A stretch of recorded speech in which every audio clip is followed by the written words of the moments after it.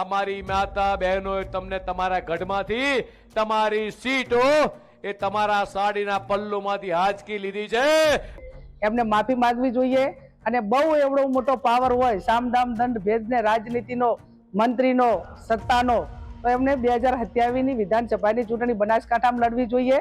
ગુજરાતમાં સ્થાનિક સ્વરાજની ચૂંટણીમાં ભારતીય જનતા પાર્ટીની પ્રચંડ જીત પછી એક જગ્યા એટલે કે અલગ અલગ વિસ્તારોમાં અધ્યક્ષ ફરી અને કાર્યક્રમો કરી રહ્યા છે। ચૂંટાયેલા જેટલા પણ ઉમેદવારો છે એ લોકો સાથે વાતચીત કરી રહ્યા છે, ભાષણબાજી કરી રહ્યા છે અને આ બધાની વચ્ચે જ્યારે બનાસના બેનની વાત આવી એટલે જગદીશ વિશ્વકર્માએ જ્યારે એવું નિવેદન આપ્યું કે બનાસના બેનના સાડીના પલ્લુમાંથી અમે સીટ ખેંચીને લાવ્યા છીએ, એના પછી વિવાદની થઈ શરૂઆત।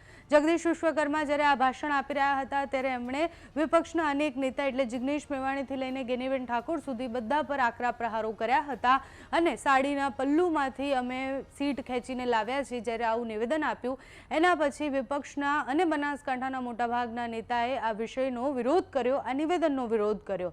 ગુલાબસિંહ રાજપૂતથી લઈને બીજા નેતાઓએ ભાષણ આપતા અને પોતાની પ્રતિક્રિયા આપતા એવું કહ્યું કે આ અમે નહીં ચલાવી લઈએ, બનાસની બેનનું અપમાન અમે નહીં ચલાવીએ। એના પછી બધાને રાહ હતી કે ગેનીબેન ઠાકોર આ વિષય પર કોઈ પ્રતિક્રિયા આપે। ગઈકાલે જ અલગ અલગ ટીવી ચેનલમાં ગેનીબેન ઠાકોરે જ્યારે વાતચીત કરી ત્યારે એક વાત સ્પષ્ટ કરી છે કે હું બનાસની દીકરી તરીકે બધાના મત માંગવા માટે ગઈ હતી। મેં કહ્યું હતું કે મામેરું ભરજો અને સ્ત્રીના પલ્લુની વાત કરી અને સાથે જ મહાભારતની આખી ઘટનાની પણ વાત કરી, દ્રૌપદીની વાત કરી અને બધી જ વાત કરતા ગેનીબેને એવું કહ્યું કે અત્યારે સત્તાનો અહંકાર એટલો બધો વધી ગયો છે એમને કે ખબર નથી કે શું બોલી રહ્યા છે। તો પહેલા જગદીશ વિશ્વકર્માએ જે કહ્યું હતું તે સાંભળો, એના પછી ગેનીબેન ઠાકોરે જે પ્રતિક્રિયા આપી છે તે પણ સાંભળો। હું આ સમાજનો નેતા, હું બનાસની બેન, અમે તમારી બેન તમારું સન્માન કરીએ છીએ, તમે અમારી સૌની બેન છો, પણ તમે જે લોકસભાની અંદર જઈ ગુજરાતની તમામ બહેનોનું, બનાસની તમામ બહેનોનું અને દેશની 70 કરોડ મહિલાઓનું તમે જે અપમાન કર્યું છે નારી વંદના અધિનિયમ અંતર્ગત, આ બનાસની બહેનો ક્યારેય નહીં ભૂલે અને એનો કરારો જવાબ આગામી દિવસોની અંદર અમારી માતા બહેનોએ તમને તમારા ગઢમાંથી તમારી સીટો એ તમારા સાડીના પલ્લુમાંથી હાંચકી લીધી છે। મારે આવનારા દિવસોમાં મારી આ ગુજરાત ભારતીય જનતા પાર્ટીના તમામ કાર્યકર્તા, બનાસના મારા કાર્યકર્તાઓ, આ બંને કોંગ્રેસના નેતાઓ કાન ખોલીને આજે સાંભળી લે, વડગામની અંદર પણ ભવ્યથી ભવ્ય વિજય થયો છે। એ જ રીતે વાવ થરાદની અંદર તમારા પોતાના ગઢમાં એ લોકસભા વખતે તમારી પોતાની વિધાનસભાની અંદર અમારા શશિકાંતભાઈ પ્રભારી હતા, એમણે તમારી સીટની અંદર ગાબડું પાડ્યું હતું।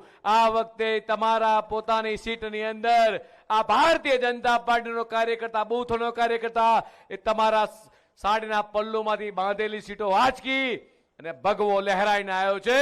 નતમસ્તક વંદન કરવાનું મન થાય મિત્રો તમામ કાર્યકર્તાઓને।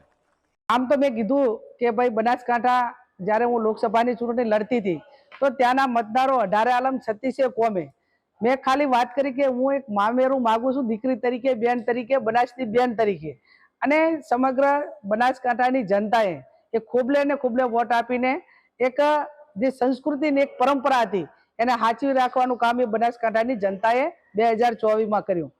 એ બનાસકાંઠાના પુત્ર, બનાસકાંઠાના દીકરા તરીકે જ્યારે એ વાત કરે છે ત્યારે એ બનાસકાંઠાની જનતાનું એમને અપમાન કર્યું છે, એમને માફી માંગવી જોઈએ અને બહુ એવડો મોટો પાવર હોય સામદામ દંડ ભેદને રાજનીતિનો મંત્રીનો સત્તાનો તો એમને 2027ની વિધાનસભાની ચૂંટણી બનાસકાંઠામાં લડવી જોઈએ।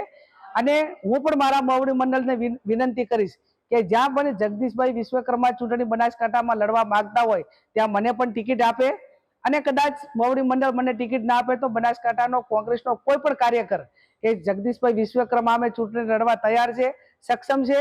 અને એ ટાઈમે બનાસકાંઠામાં જે એમણે જે ઉચ્ચાર્યા છે શબ્દો, જે અપમાન કર્યું છે અને બનાસકાંઠાનું પાણી શું છે ને એ 2027માં ચૂંટણી લડે અને ત્યાં આવે અને પછી બનાસકાંઠાની જનતા એ એમનામાં કેટલો દમ છે અને એમનામાં કેટલું પાણી છે પાણી બતાવવાનું કામ એ બનાસકાંઠાની જનતા કરશે। Thank you.